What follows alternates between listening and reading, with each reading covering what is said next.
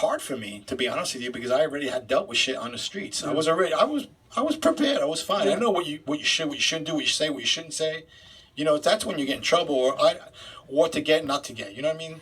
I knew those basic things, and I knew I could make it. I knew I could make it through it. But watching my daughter suffer, watching my family suffer, and then realizing in my thoughts of like, yeah, I only brought this thing over there, and that was it. But this thing that I brought over there trickles down to the petty guy in the street, to the guy using it, to the unfortunate guy that probably passed away. And that really bothered the fuck out of me, to be honest with you. And then that's when, you know, like, it was a learning experience. It was a bad decision, a bad choice, but I took a lot away with it, you know, smart.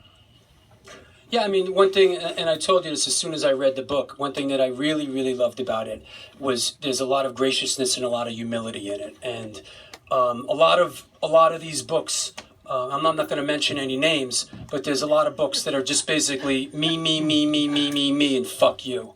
You know, and Roger's book has a lot of humility and a lot of graciousness. And that's, I read it all the way through. It was really enjoyable, and I think you'll enjoy it too. Yeah. I mean, yeah. But if you know me, I'm a very kind of a humble person. That's right. You know, like I've just never been a person like that. But at the same time, it's, you know, there's stuff in there that I probably would have liked to take to my grave, but I guess I didn't. But I thought it was kind of psychologically, it was good to release some shit. Like a purge. Yeah. It was good to let some shit go, and I did, man. It felt good. It felt good. And you know what? My brother Freddie, he's here. Little Freddie, wherever the hell he's at. Hey! You know, he didn't know anything about what was in that book. Nothing. Zero. Wow. Zero. And then it came out. About your childhood. Just, no, he lived there. He knows what I'm talking about. He knows why I bought him here. I'm not saying about that. Right. I'm just saying that what was in it. Contents. Right. Okay. And I think a lot of that was very therapeutic for him to read, too. Sure. And there was stuff he didn't even know. You know, there's just stuff that sometimes you don't talk about. Mm-hmm. But I think he knows what I'm talking about. But it was you know, I wanted him to read it firsthand, like the way he did. And you know, he lived a hard life, too. Very hard life. You read about it. Start writing, Freddie. You're next. We want to. You know, you're on deck circle. So. I'll save that picture when you were 6. I see this for you. Right. That's the cover of yours. Another question. Let's just say Liberty Spikes. You guys know what Liberty Spikes are? Yeah. Okay. Freddie rocked Liberty Spikes at 6 years old. Wow. How about another question from the gallery? Anybody else? Great. Come on. Anybody? You know what, Drew? Let me just say something too. I'm sorry, he has a question. But you know what's really crazy is I have an 8-year-old and a 10-year-old now, and I'm like, and I look at my son Desi, and I'm like, what the hell? Why the hell did I ever bring Freddie up here? I would never do that to my own son.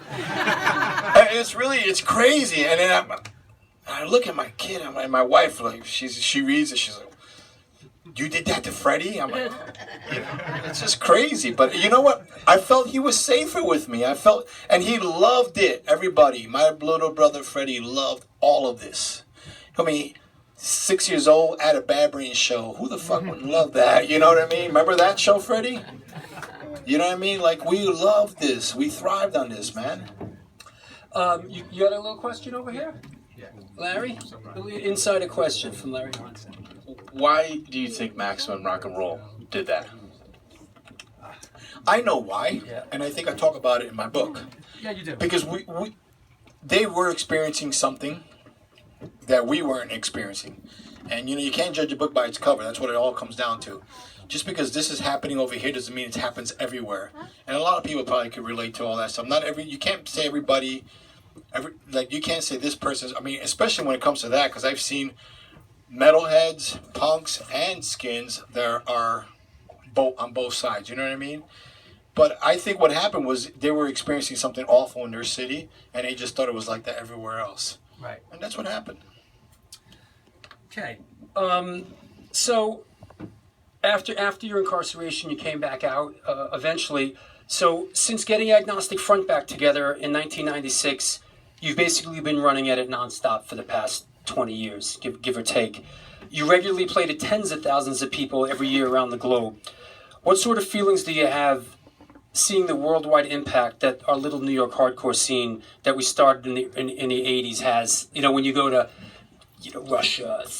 First of all, it's really awesome that out of all of the hardcore scenes or punk hardcore scenes in the world, that New York hardcore is the one that bridged the world. You know, it's like New York hardcore bands really connected all the continents and people worldwide. I've been in Russia where I've had people come up to me in Russia. I just discussed this today, and this guy came up to me. He went to prison for 4 years. Remember that?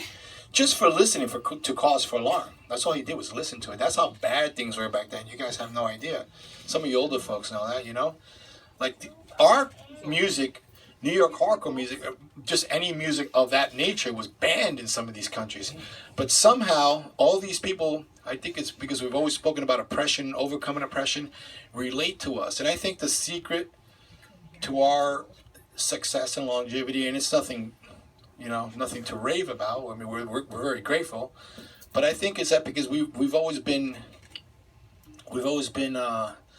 genuine people. You know, we've always been people you could approach, people you could come and speak to, and don't. I mean, just look at everybody that's in this room. You guys all want to be a part of something that's genuine, something that's real. If the minute you thought it wasn't, you probably wouldn't be sitting here or standing here or looking at me. And I think that was what bridged New York hardcore with everything else. The bands here had direct connection to what was really going on all over the world. Yeah, absolutely. Another question. We're starting to wrap it up. Roger's going to sign some books in the back, and Stigma's going to play as well. Just real quick, I want to mention something that we're doing another show in Tompkins Square Park this summer. It was just announced. It's a tribute to rabies on the 20th anniversary of his death.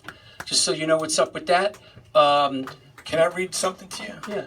Hey, yeah, that's great. Everybody should clap for that. Let me just so this is what it's looking like before Roger reads some. It's members of Warzone playing, led by Todd Youth, and Kill Your Idols, and Fireburn is playing, which is Todd Youth's band with Joseph that used to sing for the Bad Brains, and Shutdown Reunion, and Regulate.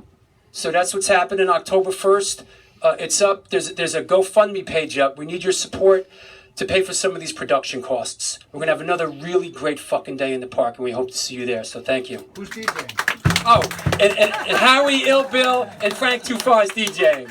Yeah, go ahead, Frank. I just want, mentioning rabies. You know, rabies was a very special friend to us. I mean, really, he was our brother. You know what I mean? And just because I just wanted to read something, you know, please. Throughout the many years, I've kept a lot of flyers and people would call garbage, you know, and stuff. And when United Blood was released, we had a couple records. I don't know if you guys know, like the labels, the blank B-side were kind of offset. So we were like, well, you know, you can't really sell it. It's onto the record, blah blah blah. So there was 2 records, and me and Rabies, we were always really tight, you know. I dedicated one to him. Like a yearbook, like where we're standing. She had her yearbook, and she had her yearbook in 1982. I signed it. She bought it here today. I'm gonna re-sign, you know. And here's one he wrote to me, so I wanted to share this because you just met me. Rabies says, Roger, you stuck by me. Well, I can't even see this. Fuck me and my glasses. Okay, you stuck by me when it really counted. We really busted it, skin style, while I was in the band. Thanks for everything, Blood Brother Oi Ray. You know, these are the things that stay with me forever. Forever. I've had this with me forever. Absolutely. This is the currency we have in our later years. This is what means a lot. Any other questions before we wrap it up? Anybody? Thank you. Oh, my man. Oh, that was in a book, by the way. That's going to be in the 2nd edition. Because, you know, we lost like 21 pages. Honestly, we did. We lost like 20 pages. In what, the computer crashed? Or? No, in edits, you know, streamline it. It was valid reasons. There's a lot of stuff that, well, whatever reasons. One of them is that squirm story. It'll resurface. There's a bunch of crazy Freddy stories. There's even a crazy Petey Hines story. And we've had a lot of people play in the band throughout Well, the I years. think You know that. yeah, I think the incredible thing is Todd Youth played bass when he was 13 years old. Absolutely. 13 years old, he's playing bass with Agnostic Front. Yeah. That's incredible. But exactly, it really is. I mean, I looked at my kid when he was 13. I looked at Fred. I mean, I was telling at my son. He's 8 years old. I'm like, what was I doing bringing my brother to like these dangerous areas? You know, I don't know. But It was a different world, different world. a little bit, you know. Hey, John. Yeah. So, did you know Roger at all, or Roger's story, before you got involved with him with the book? Well, I Let's hear this, huh, Kenny? no, I worked on a book about 6 years ago about the history of metal. It was called Louder Than Hell: The Definitive Oral History of Metal, and I wanted to include a chapter about crossover. Because when I was growing up, I was really into thrash, and then bands like Metallica and Anthrax and Slayer started talking in fanzine interviews about DRI and Agnostic Front, and so I thought I checked that stuff out and blew my mind. So I thought this was a really important part of the development of metal, so I wanted a chapter about crossover.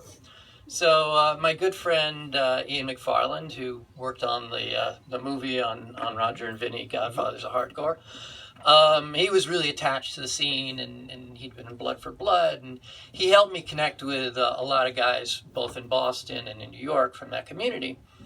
And having talked to a lot of metal dudes, their complaints are that, oh, my parents got divorced and I ended up going to jail for like 2 days. And, I got beat up in high school.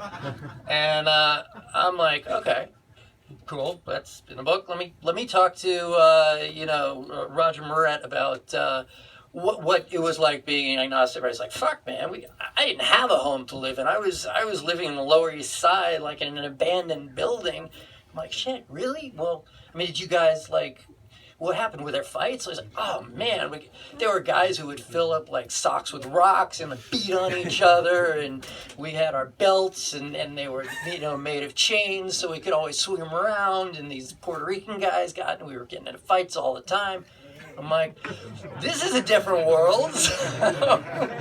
And, the more we talked, the more I thought, man, there are so many facets to this band and to this guy and his life. It's not just a story of a rock and roll band or a punk band, hardcore band. There's the story of hardcore in there, but just this insane upbringing that to have come through that and get on the other side and, come out sane and not beat your kids and not, be fucked up for life is amazing to me. Right on. So I thought, there's these great facets. There's Right this upbringing, this band story, the jail story, and I said this has got everything. Okay, great. So, Raj, just in closing here, any thoughts for the future as we move ahead? Well, I mean, just look at the news. The future's fucked. Shit. I mean, let me go back to where I'm going to rob this from Vinny Stigwood right now. But hey, what the hell? I might as well look at him and rob him. Right. This is one of Vinny Stigwood's famous quotes, and I've always loved this quote. I was a punk rocker when politically incorrect was correct. That says a lot, right? Yeah. It's tough out there nowadays, but I don't know, man. It's a tough thing. I would think, I'm happy we were doing the band we were doing at the time. There was a time and a place. New York was a very magical place. It was a very dark place, but there was color all over it. It was a beautiful place, believe it or not, for creativity. I'm not just talking about music. I'm talking about art and everything. Think of your Andy Warhols. Think of Blondie, Ramones, Agnostic Front, Urban Ways, Crossfield. Just think about everything. The Views, Chromags, all these bands, Bad Brains. It was a real beautiful time, Today, being in a band today is a tough thing. It's a real tough thing. It's just, it seems like there's so much more weight when it comes to everything. When back then we really spoke our mind and let loose, Okay. Thank you very much, everybody. Roger's going to be signing books in the back. Stigma's going to be playing. We'll see you soon.